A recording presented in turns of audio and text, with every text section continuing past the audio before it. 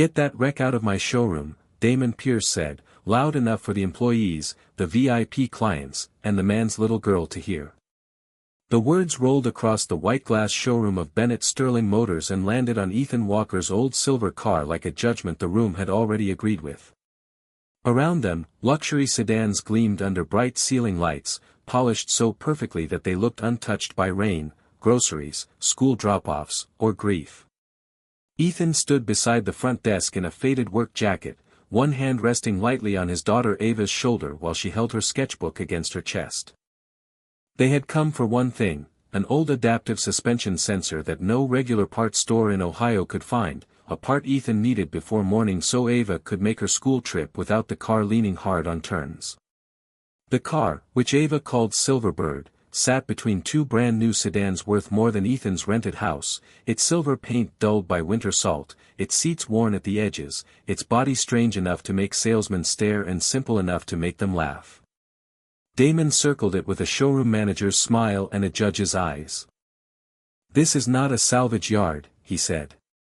"Our customers come here for excellence, not garage experiments."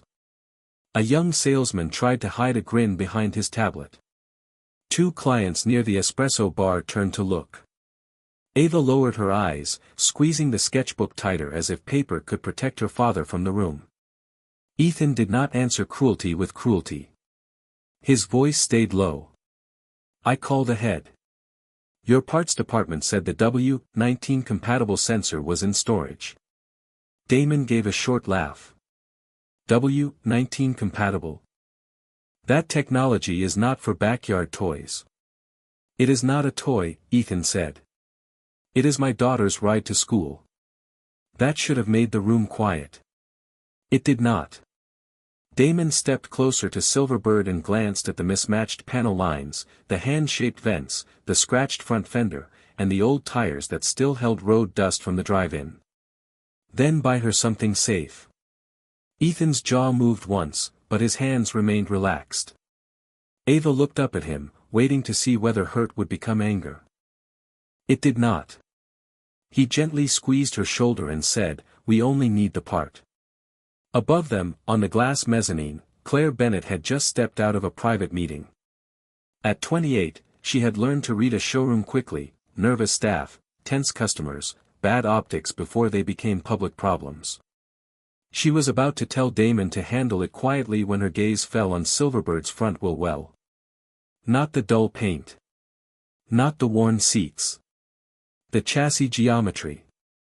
The triangular weld line near the suspension mount. The angle of the lower control arm, too precise, too familiar, too impossible to belong to a random old car. Claire stopped halfway down the stairs. Graham Ellis, her chief technical officer, noticed her expression change. "Miss Bennett?" he asked. Claire did not answer. She descended slowly, her eyes locked on the frame as if something had driven out of a sealed archive and parked itself in the middle of her showroom. The laughter thinned. Damon straightened.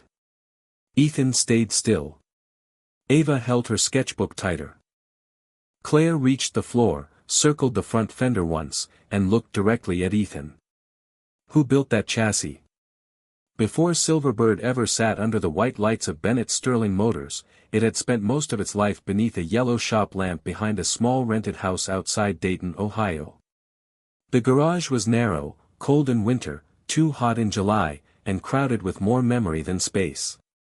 A workbench made from two old doors leaned against the back wall. A rolling toolbox sat with one drawer missing. The concrete floor was cracked near the drain, and when snow melted from Ethan Walker's boots, the water always found the same low spot beside the front tire. But after Ava fell asleep, that little garage became a chapel of second chances. Ethan worked quietly so the clink of wrenches would not wake her through the thin wall between the kitchen and the garage. Some nights, she slept on the old couch beside him anyway, wrapped in the faded blue blanket that had belonged to her mother, one cheek pressed against her sketchbook, pencil still in her hand. After Ethan's wife passed, the world did not pause long enough for grief to become organized. Rent still came due. School lunches still had to be packed. Doctor appointments still had to be reached. Groceries still had to fit inside a budget that seemed to shrink every time the heater kicked on. Ethan had once designed high-performance chassis systems in rooms full of screens, models, and men who loved the future as long as it made money. Then life asked him a harder question: could he build something that carried one little girl safely through the present? Silver Bird had started as a worn-out shell behind a salvage lot, silver paint dull, interior torn, suspension tired, and a frame most people would have walked past without looking twice. Ava was 5 when she first saw it. "Is it broken?" she had asked. Ethan had looked at the car, then at the empty space beside him where her mother should have been standing. "Yes," he said. "But broken does not mean finished." So he rebuilt it. Not for applause. Not for a showroom. Not for executives who measured worth by leather seats and monthly payments. He reinforced the chassis by hand, rewired the cabin lights so Ava would not be afraid on dark roads, softened the passenger seat because she fell asleep on long drives, and tuned the suspension to handle Ohio ice, potholes, hospital parking lots, and early school mornings when the sky was still black. Ava named it Silver Bird because she said it sounded like it had wings under the hood. Ethan had smiled and answered, maybe because it was built with one. Beneath the dashboard, hidden behind a small access panel, he fastened a metal plate he had kept from another lifetime. It was not polished, but the engraving still held the truth clearly enough: W19 prototype, built by E. Walker. Now, standing in the luxury showroom with Damon's insult still hanging in the air and Claire Bennett staring at the chassis, Ethan felt Ava's hand slip into his. "Daddy," she whispered, "are they going to make us leave?" Ethan looked at Silver Bird, then at the CEO waiting for his answer. His voice stayed quiet. "Not before the truth gets a turn." Claire Bennett did not take another step until Ethan Walker answered her question, and the hesitation changed the shape of the showroom. Damon Pierce noticed it first. A manager trained to control appearances can feel the moment a room stops obeying him. He moved closer to Claire, lowering his voice but not enough to hide the warning in it. "Miss Bennett, this is a customer service issue. I can have the vehicle moved to the rear entrance and let parts handle whatever request he claims to have." Ethan kept his hand near Ava's shoulder. "I called ahead for one sensor." Damon smiled thinly. "Yes, the famous W19 compatible sensor for a car that looks like it was assembled from storm debris." Ava's fingers tightened around her sketchbook. Around them, the showroom glittered with things designed to be believed before they were touched: white stone floors, glass walls, leather seats, chrome trim, espresso cups, silent salespeople, and clients pretending not to stare. But Claire's attention stayed fixed on the front wheel, where Silverbird's lower control arm sat at an angle too exact for a garage toy. Graham Ellis stepped closer and knelt near the fender, careful not to touch the car. His face changed almost immediately. "That geometry should not exist outside the W19 files," he murmured. Damon turned sharply. "Graham." Claire heard him. So did Ethan. Ava looked up at her father, searching his face for fear. Ethan gave her a small nod that said stay steady, even when the room is not kind. Claire circled slowly past the worn passenger seat, the faded silver paint, the hand-shaped vent lines, and the dashboard that seemed plain until the shadows beneath it showed structure where there should have been none. "Mr. Walker," she said, "where did you get the front assembly?" Ethan answered without pride. "I built it." Damon laughed, but it sounded more forced than before. "Of course he did. In a rented garage, I assume. With junkyard parts and bedtime stories." A few employees near the service desk chuckled, but softer now, less certain. Claire did not laugh. Graham remained near the wheel, eyes narrowed in technical disbelief. "This is not a normal modification," he said. "The load path is too clean. The brace angle should not clear that steering line unless the entire cradle was designed around it." Ethan looked at him. "It was designed around keeping my daughter safe." The words settled into the showroom with a weight no brochure could carry. Damon stepped in again, irritated by the room's attention shifting away from him. "Miss Bennett, this vehicle is hurting the brand. Let us move it before more clients start asking why a scrapyard project is blocking the center aisle." Claire turned toward him. "Get the sensor." Damon stiffened. "That part is restricted inventory. Then retrieve it under my authorization." He hesitated, and in that hesitation, Claire saw something she had not expected: fear. Not of embarrassment. Not of policy. Fear of what Silverbird might prove. Graham looked again under the fender, then back at Claire. "If this is what I think it is, we need the hood open." Damon's expression hardened. Ava looked at Ethan. Ethan looked at Claire. "Are you sure you want that in your showroom?" Claire held his gaze. "I am starting to think it may be the only honest thing in it." Claire Bennett did not ask Damon Pierce for permission again. She looked at Ethan Walker and gave a single nod. The showroom seemed to tighten around that gesture. Salespeople stopped pretending to check their tablets. Clients near the espresso bar lowered their cups. Ava stood beside her father with her sketchbook pressed to her chest, her eyes moving from the polished luxury sedans to Silverbird's scratched silver hood, as if she could feel the whole room deciding whether her father deserved to be believed. Ethan walked to the front of the car and released the hood latch. It rose with a soft metallic breath, not dramatic, not polished, just honest. For 1 second, no one spoke. The engine bay did not look like something built for a showroom brochure. There were hand-finished brackets, carefully routed wiring, reinforced strut points, custom cooling lines, and welds that carried the small marks of human hands. But every line had purpose. Every bolt sat where stress would ask for it. Every brace seemed to answer a question before the road could ask.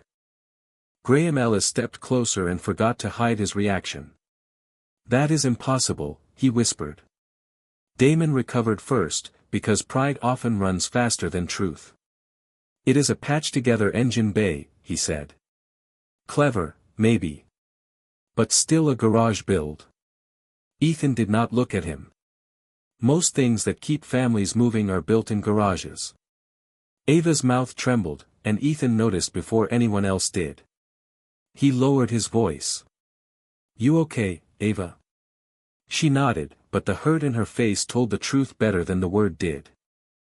Claire saw it. She saw the little girl trying to stay brave while strangers laughed at the one person who made her world feel safe. She saw Ethan choose calm again, not because the insult was harmless, but because his daughter was watching what dignity looked like under pressure. Graham leaned over the open bay, careful not to touch anything. "The triangulated weld pattern," he said. "The forward load transfer brace. The suspension cradle. Miss Bennett, this is not imitation work." Claire's eyes followed the angles. Years of archive design meetings, acquisition summaries, and abandoned innovation reports flickered through her mind. W-19 had always been a company ghost, a prototype framework too expensive, too advanced, too threatening to the current luxury line. It existed in fragments, in internal slides, in rumors older executives dismissed whenever she asked too many questions. And here it was, sitting under scratched paint with a child's backpack on the passenger seat. Damon stepped in sharply. "Or it is stolen work dressed up as sentimental poverty." The word stolen made Ava flinch. Ethan turned then, slowly, not angry, but clear. "Be careful what you say in front of my daughter." The showroom went still. Damon smirked. "Then do not bring stolen engineering into a luxury dealership." Ava's eyes filled. Ethan knelt beside her and brushed a tear from her cheek with his thumb.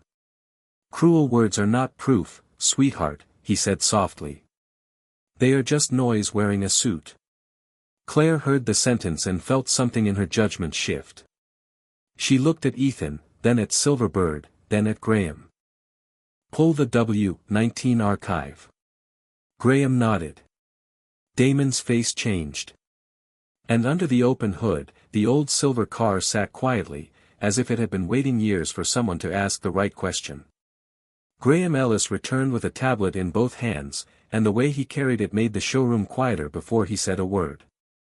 Claire Bennett stepped beside him near Silverbird's open hood while Damon Pierce stood half a pace back, wearing the tight expression of a man who had expected old records to stay old.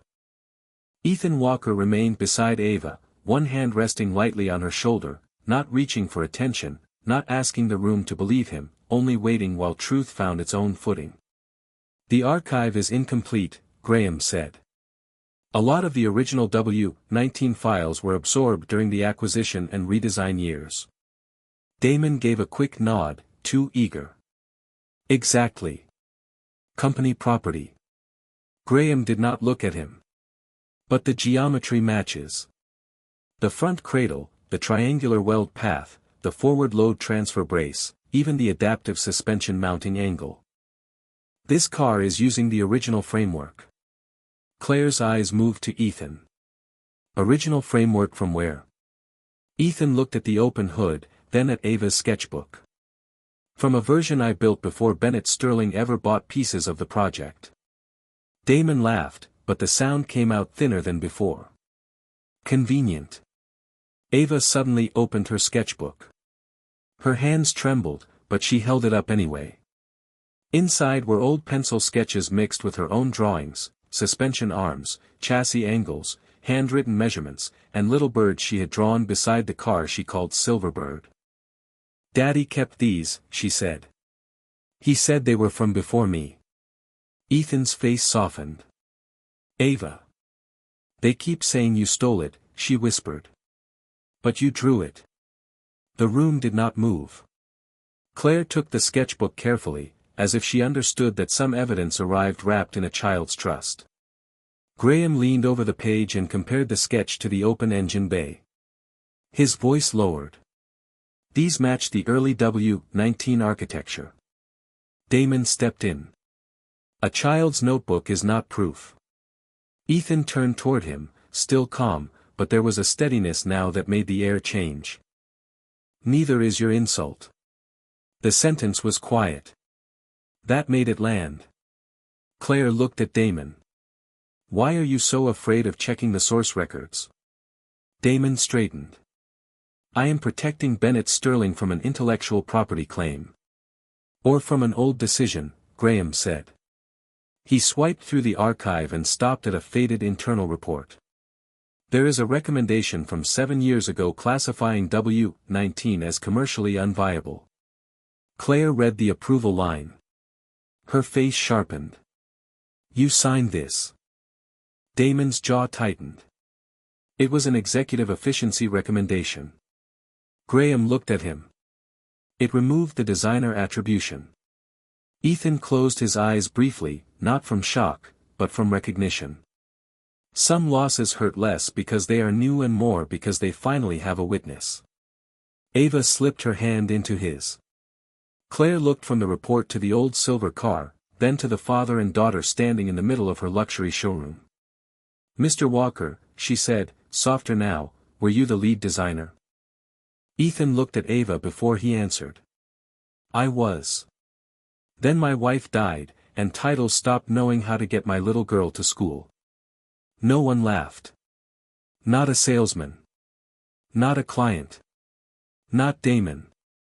Beneath the open hood, the hand-built frame waited in silence, and for the first time, the room understood that Silverbird had not come there asking to be admired.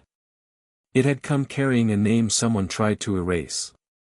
Damon Pierce's silence did not last long because the truth had begun to corner him in a room built for appearances. He stepped closer to Claire Bennett with the careful posture of a man trying to turn panic into policy. "Miss Bennett," he said, "I strongly advise against accepting this man's claims without legal review. If he admits a connection to W-19, then we may be dealing with misappropriated intellectual property parked in the middle of our showroom." Ethan Walker did not flinch. Ava did. Her small hand tightened around his fingers, and the sketchbook pressed against her chest began to tremble. Graham Ellis looked up from the tablet. "Damon, the metadata can settle this." "Metadata can be altered," Damon said quickly. "So can sympathy." The word struck harder than he expected. Claire's eyes narrowed. Careful. Damon lifted his hands, but his voice sharpened beneath the polish. I am being careful. He drives in with a homemade car built around company architecture, asks for restricted components, creates a public scene, then produces a child's sketchbook and a sad personal story. That is not innocence. That is leverage. A murmur moved through the showroom. Ava's face went pale. Ethan felt it before he saw it, that little shrinking of a child who had just heard adults turn her family into something shameful. He knelt beside her on the spotless white floor between cars worth more than their whole street. Look at me, Ava. Her eyes shone. Did we do something wrong? Ethan shook his head slowly. No, then why does he keep saying that? Ethan brushed a loose strand of hair from her cheek. Because some people are more afraid of truth than they are of being unkind. Damon gave a sharp breath. This is exactly the performance I mean. Ethan stood, but his voice stayed low. You can call me poor. You can call my car ugly. But you do not get to make my daughter feel like honesty is a trick. The showroom went quiet, not because he shouted, but because he did not. Claire turned toward the security staff near the entrance. No one touches the car. Damon stiffened. Miss Bennett. No one, she repeated. Then she looked at Graham. Pull the original acquisition records. Not the summaries. I want the raw transfer files, design timestamps, serial registry, and attribution logs. Graham moved toward a workstation. Damon stepped after him. Those files require legal approval. Claire's answer came calm and final. Then consider this approval. Ethan opened the passenger door of Silverbird, reached beneath the dashboard, and removed the small metal plate Ava had never fully understood. He placed it on a microfiber cloth on the showroom desk. W-19 prototype, built by E. Walker. Graham froze. That plate should not exist unless this is the first rolling build. Claire leaned closer, then looked at Ethan's quiet face. Silverbird was no longer an old car being judged by polished strangers. It was a witness, and Damon suddenly looked like a man standing between a stolen name and the person it belonged to. The metal plate on the showroom desk changed the room more than any speech could have. It was small, dull, and plain, nothing like the chrome badges on the luxury sedans surrounding it, yet every polished surface in Bennett's Sterling motor seemed to reflect its weight. Graham Ellis stood at the workstation, pulling the raw transfer files with Claire Bennett's authorization while Damon Pierce hovered behind him like a man watching a locked door open from the wrong side. Ethan Walker remained near Silverbird with Ava close beside him, one hand resting gently between her shoulders. He did not look at the plate as if it could save him. He looked at his daughter, because the truth mattered most in the eyes that had just been taught not to feel ashamed. The serial registry is loading, Graham said. His voice was steady, but his face had lost its professional distance. Claire stood beside him, arms relaxed now, no longer folded against the people she had almost misjudged. Damon stepped forward. This is absurd. Even if the plate is old, possession does not establish authorship. Ethan said nothing. Ava looked at Damon and held her sketchbook tighter. Graham opened the first record. The screen glowed against his face, but no one needed to read the details to understand his reaction. He looked at the plate on the desk, then at the open chassis beneath Silverbird's hood. The serial matches the first rolling W-19 prototype, he said. A low murmur passed through the showroom and died quickly. Damon's jaw tightened. Or he copied the plate. Claire did not take her eyes off the screen. Continue. Graham opened the design timestamp files, then the scanned acquisition logs. The earliest Walker sketches predate Bennett Sterling's acquisition by 18 months. Damon's voice sharpened. Sketches can be planted. Graham turned toward him. Not an archived metadata that predates the transfer. Claire looked at Ethan. You built it before we owned the files. Ethan's answer was quiet.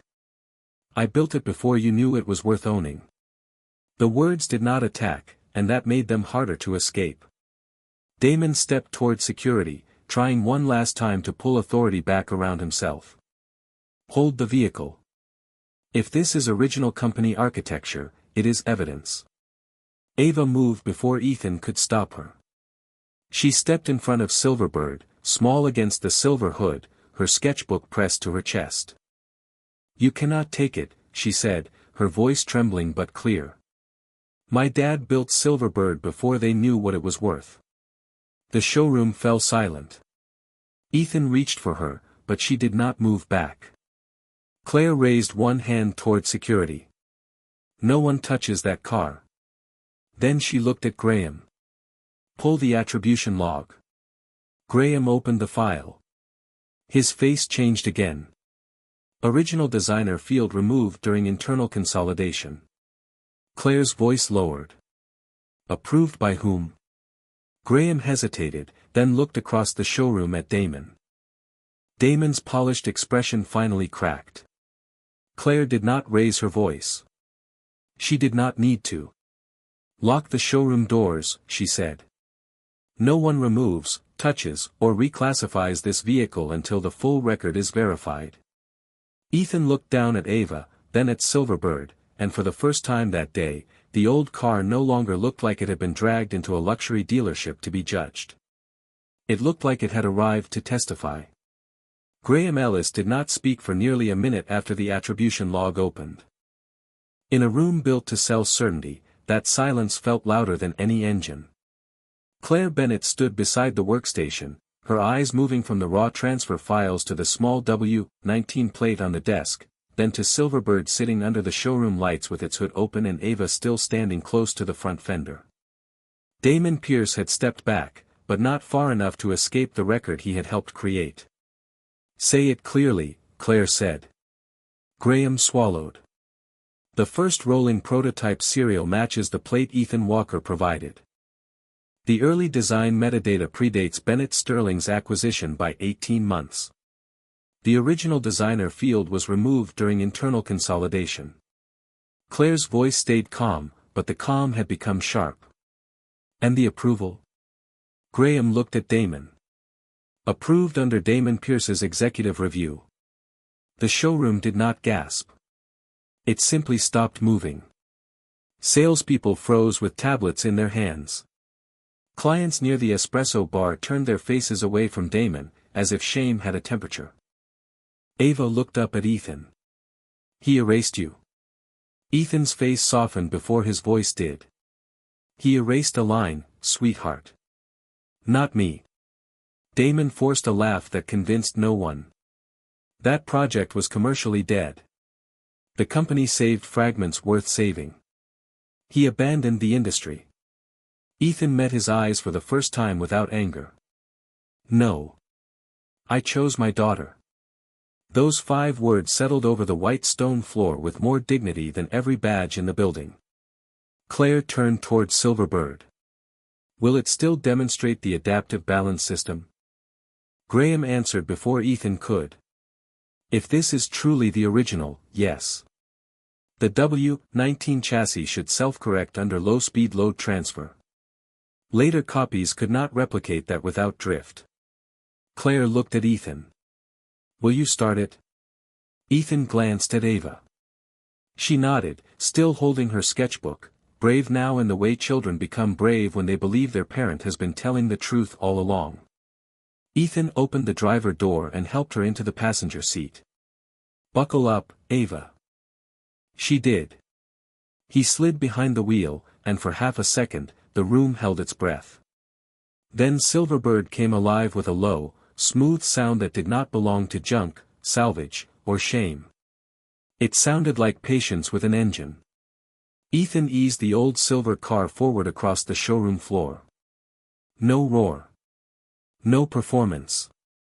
Just a slow, steady roll between luxury sedans that suddenly looked less impressive than the scratched machine they had mocked.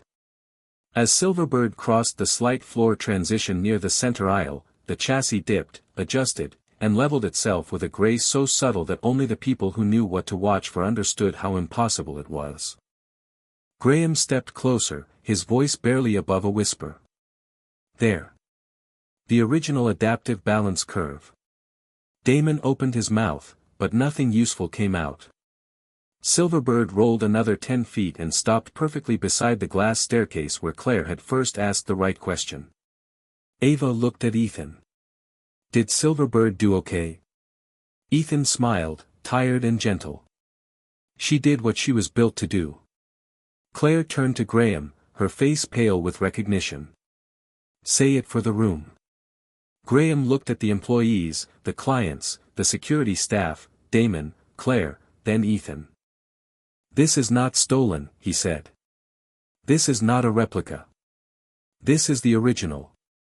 The silence that followed reached every corner of Bennett Sterling Motors, from the espresso bar to the glass mezzanine, from the polished cars to the scratched silver one idling calmly in the center of the room. Ethan did not look around to enjoy it.